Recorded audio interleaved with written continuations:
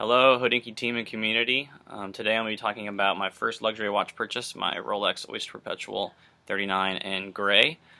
To understand kind of why I purchased this watch, I'm going to give a few backstories. And the first is going to be on why this watch. So, growing up, I'd always wanted the Air King in 34 millimeters with the blue dial, but I was 12 at the time and had tiny wrists. And as I got older, I realized that watch was just way too small for my wrist. So the next watch that I fell in love with was the Explorer. And when it came out in 39 millimeters, I was like, okay, that's the perfect size for me. I love that watch. That will be my first Rolex purchase, if I can ever make one. And my dad and my mom, my mom's actually from Switzerland, ended up going on their 30th wedding anniversary trip there.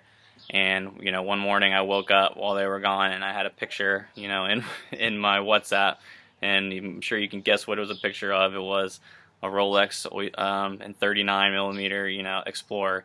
And my dad at the time, who wasn't even really a big watch guy, or I doubt he really even knew what the Explorer was, had saw it in the window and fallen in love with it. He says, as he saw it and made the purchase to kind of mark that occasion. And so getting that picture, I was just like, okay, I still love the 39, obviously, Explorer, but I don't, for my first purchase, I want to have something kind of unique to me.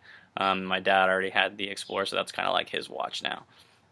So what was that watch going to be? I knew I liked the 39 millimeter size, but Rolex didn't really have, anything else that I liked in that 39 millimeter size.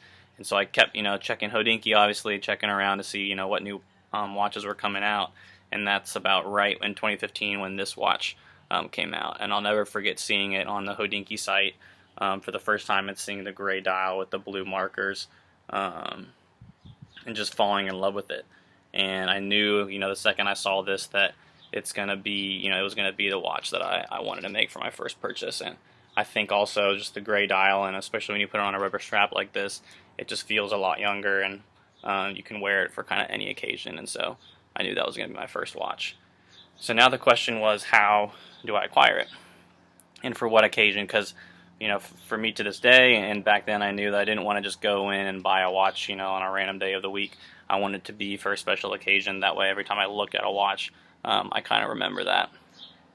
And so I was very fortunate. That kind of leads to my next story, but I was fortunate in 2012 to be able to run the 24 Hours of Daytona in a GT3 Cup car with Porsche. And through that, I met an awesome guy from Germany who I raced with, and through him met a lot of incredible people in Germany. And one of them became a good friend of mine and invited me in 2016 to do kind of a driving tour through Europe. And we were going to start, and he lived in Stuttgart in Germany. So I flew and met him there, and we were going to start there and go to Germany, to Austria, to Italy, to Switzerland, to France, and then back to Germany. And so as I was flying over, I was kind of going back and forth in my mind of, okay, this is going to be a once-in-a-lifetime trip. I'm going to be going through Switzerland, the home of kind of Rolex. I gotta, make this, I gotta figure out how to make this the time where I buy my first Rolex. And so as we start the trip, we're going through, all these amazing, scenic routes, and the drive is just incredible. And as we get into Italy, I clearly hadn't decided that I was going to do it yet, but in Italy I said, okay, screw it, I'm going to do it. And so I hadn't even checked if anywhere had it yet.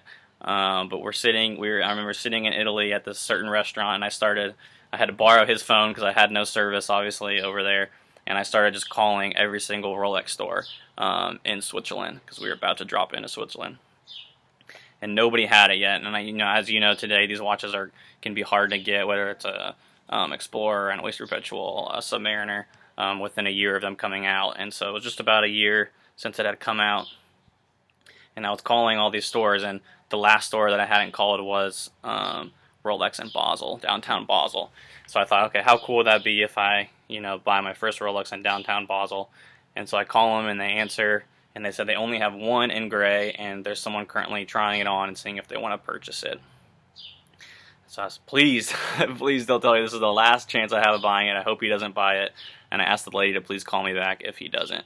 So about an hour later, she called me and said that he didn't buy the watch, and that she would hold it for me for the day until we got there the next day. And so, yeah, the next day we pulled in. I never forget seeing the watch for the first time, putting it on my wrist, signing the warranty card, having a cappuccino, and then leaving Basel with it. And just thinking how incredible it was that I was able to purchase my first watch in Basel. And I definitely shouldn't have done it, but I remember, John Mayer said it well, that sometimes we buy these watches to get that kind of kick in the gut and that oof. And I definitely felt that while purchasing this watch. And when I came back from the trip, I decided, I wanted to get engraved. I like getting all my watches engraved. And so I got it engraved with Euro 2016 on the back, GAISF with the S underlined because I bought it in Switzerland. And then I wanted to have just number 001 because I thought it would be cool as I collected watches for significant moments to have the number in which I collected it on the back. But the engraver accidentally put 3 zeros, so now it's thousands, and then my initials. So yeah, that's the story of my Rolex Oyster Perpetual 39. I hope you all enjoyed it.